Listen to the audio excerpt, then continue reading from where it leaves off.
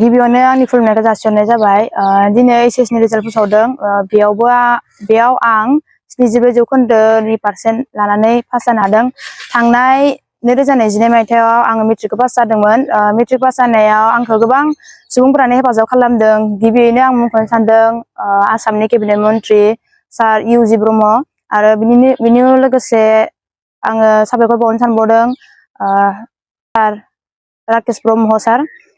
बिदिनो लोगोसे गोबां मानसिफोरानो आंखौ मदद होदों। बिथां इउ.जि. ब्रह्म सारनि मदद होनायाव आङो इउ.एन. एकाडेमि क'क्राझाराव फरायनो चान्स मोन्दों। लोगोसेनो जोंनि निकासि आनसलिकनि एबसुनि आदा सारमोन बिथांमोनाबो आंनि फरायनायाव गोबां हेफाजाब होदों।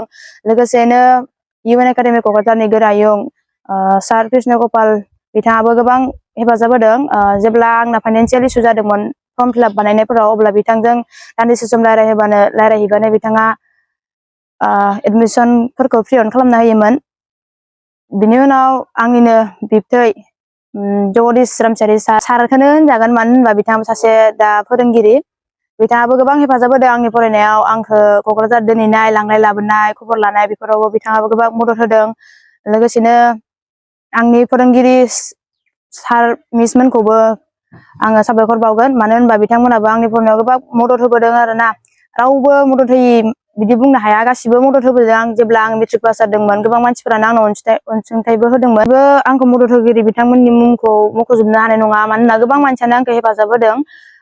जिखुनु आं दा 74% लानानै पास जादों। बे 74% लानानै पास जानाया एसेबां गिदिर बाथ्रा नङा, नाथाय जाय बिथांमोननि थाखाय आं दिनै बेबायदि थासारियावबो पास जानो हादों, बिथांमोननि थाखायसो आङो जानो हादों। आरो बिथांमोनखौ आं साबायखर बावो।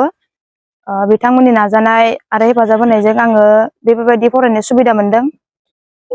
दा फैबाय थानायाव आङो डिग्रि लानो सानदों, इक'खौ मेजर लानानै।